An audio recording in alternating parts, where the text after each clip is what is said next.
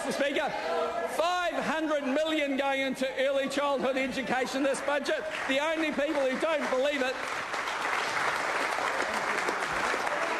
Mr Speaker, let's go on to job creation. 170,000 new jobs being created as a result of this budget. That's right. I'll tell you who doesn't like that. The Hobbit haters over there don't like it. That's right. That's right. The Hobbit haters don't like it. They'd rather cuddle up to some Australian unionists. I say, no, we don't want the Australian unionists. We want the 3,000 jobs. We want the Hobbits. And I'll tell you what's happening. And I'll tell you the way the video's going to go, because we'll get out there on the election campaign stump. We'll be on TV1 and TV3. I'll be there with Mr Goff, if he lasts. I'll be there with Mr Goff, and he'll look down the camera and he'll say to New Zealanders, I didn't really mean it when it came to not doing the Hobbits. I would have done it if I was Prime Minister. No, he wouldn't have. He would have backed the unions over the jobs. Well, we support the jobs, Mr Speaker. Mr Speaker, I want to thank the Minister of Health. He's flown from around the world to be here today to shepherd that $1.7 billion more going into health. And Mr Speaker, the truth of it is, he is a Minister of Health that we can all be proud of. New Zealanders that have cancer wait no more than 4 weeks.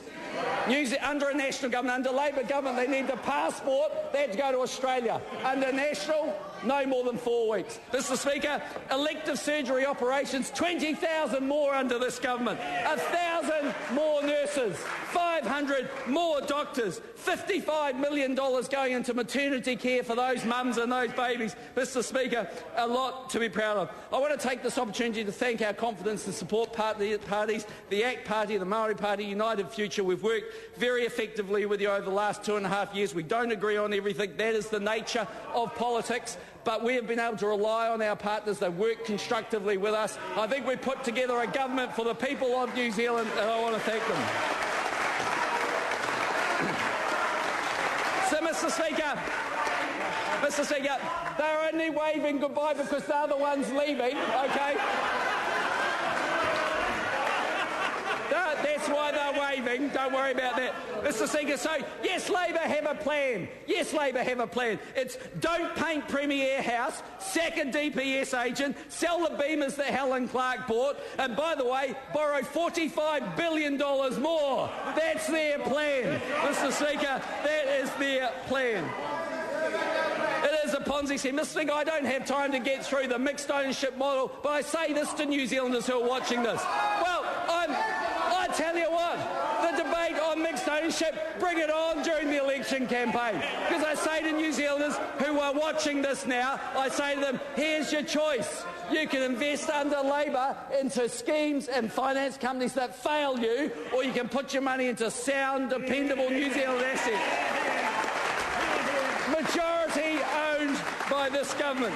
Mr Speaker, KiwiSaver, yes, we've made some adjustments to KiwiSaver. Yes, we've made them. And we'll take it to the people of New Zealand. But those people with KiwiSaver accounts at the end of their time will have more than they had, Mr Speaker. And they will have that. Well, it's not a broken promise, Mr Goff, if you go to the electorate with it. I'll tell you what then. I'll go back to 2008 and I'll write the manifesto for 5 terms of a national government. Well, I don't think so, Mr Speaker. Mr Speaker, I want to say this just in terms of working for families, Mr Speaker. For 75% of New Zealanders on working for families, they get more money.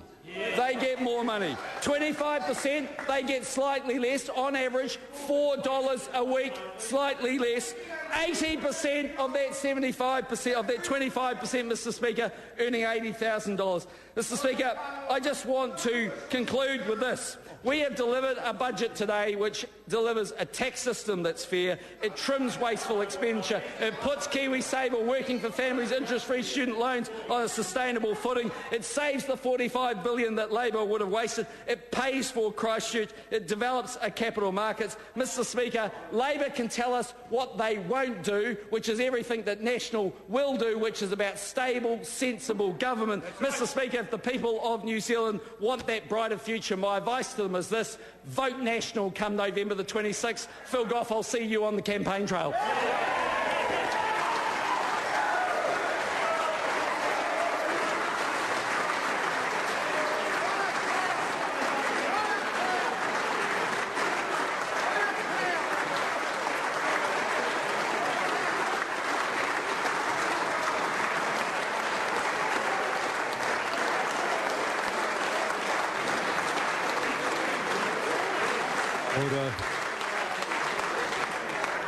Order. Mr Speaker. Dr Russell Norman.